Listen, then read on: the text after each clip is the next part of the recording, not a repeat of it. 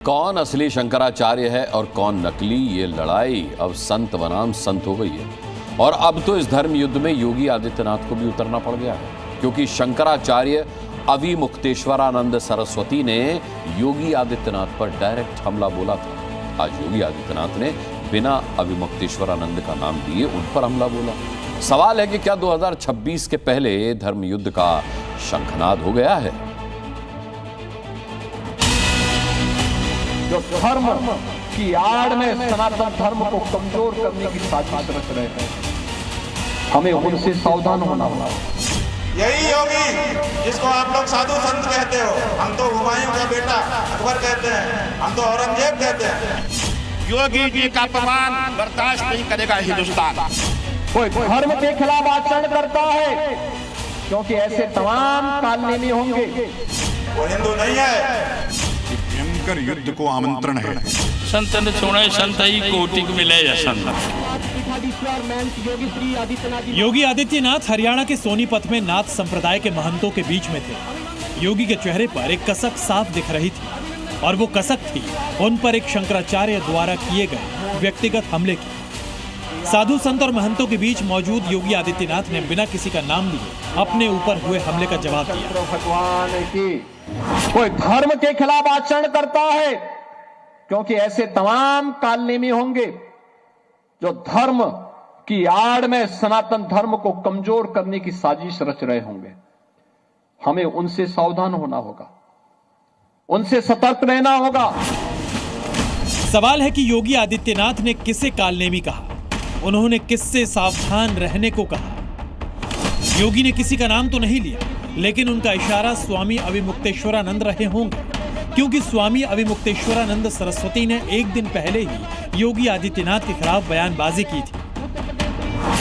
यही योगी जिसको आप लोग साधु संत कहते हो, हम तो हुमायूं का बेटा अकबर कहते हैं, हम तो औरंगजेब कहते हैं। मुख्यमंत्री की गद्दी को महत्वपूर्ण समझने वाला पौराणिक मूर्तियों के सामने क्या हिंदू हो सकता है? वो सत्ता लुलूप है। स्वामी अविमुक्तेश्वरानंद का ये गुस्सा इसलिए है क्योंकि मौनी अमावस्या पर माघ मेले में उनके शिष्यों और पुलिस के बीच झड़प हुई थी, और उस झड़प की वजह ये थी कि शंकराचार्य अपनी पालकी को स्नान घाट तक ले जाना चाहते थे और यूपी पुलिस ने उन्हें ऐसा करने से रोका था। शंकराचार्य की पालकी प्रेम पर भी योगी आदित्यनाथ ने करारा प्रहार किया। एक योगी के लिए, एक सन्यासी के लिए, एक संत के लिए धर्म और राष्ट्र से बढ़कर के कुछ नहीं हो सकता। यही उसके जीवन का ध्येय होना चाहिए। उसकी व्यक्तिगत प्रॉपर्टी कुछ नहीं होती, धर्म ही उसकी प्रॉपर्टी है। सोनीपत के नागा बाबा मंदिर में मूर्ति प्राण प्रतिष्ठा कार्यक्रम का मौका था।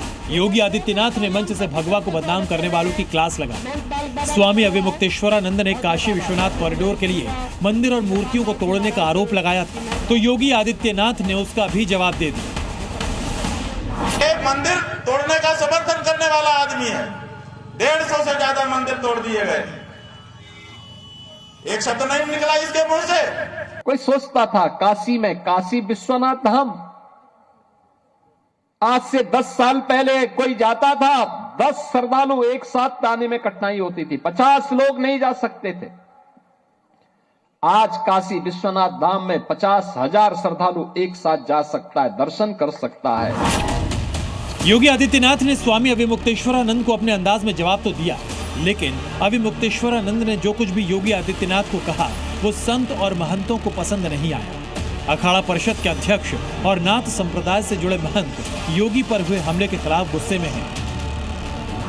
योगी जी का अपमान बर्दाश्त नहीं करेगा हिंदुस्तान। योगी जी को गाली देगा, उसे बर्दाश्त नहीं किया जाएगा। कौन लोग कोई भी संत हो, ये जो माघ मेले में हुआ है, जो योगी जी को गाली दे, उनको बर्दाश्त नहीं किया जाएगा। योगी जी के खिलाफ साजिश करने वाले या कोई भी ऐसे व्यक्ति हों, तो जो सच्चा होता है, जो अच्छा होता है, वो भगवान को भी प्रिय होता है और भगवान की जनता को भी प्रिय होता है। कानून व्यवस्था को ध्वस्त करने के लिए पुल नंबर 2 का बैरिकेड तोड़ने से लेकर के सभी प्रकार की गतिविधियां, और ये तो पुराना हथकंडा है कि नोटिस में उठाए गए प्रश्नों का जवाब दीजिए। ये कहिए कि नोटिस दे दिया तो मेरी मानहानि हो गई। इस बीच 48 घंटे के अंदर माघ मेला प्रशासन ने अविमुक्तेश्वरानंद को दूसरा नोटिस भेजा है। इसमें मौनी अमावस्या के दिन बैरियर तोड़ने और जबरन भीड़ में बग्घी घुसाने को लेकर सवाल किए गए। अब अभिमुक्तेश्वरानंद का विवाद शंकराचार्य विवाद में तब्दील हो गया है। संत और महंत तो ये सवाल उठाने लगे हैं कि अभिमुक्तेश्वरानंद शंकराचार्य हैं भी या नहीं। ये विवाद इतना आसानी से नहीं थमने वाला। अब ये 2026 का सबसे बड़ा धर्म युद्ध बन चुका है। प्रयागराज से मोहम्मद गुफरान के साथ ब्यूरो रिपोर्ट, जी मीडिया।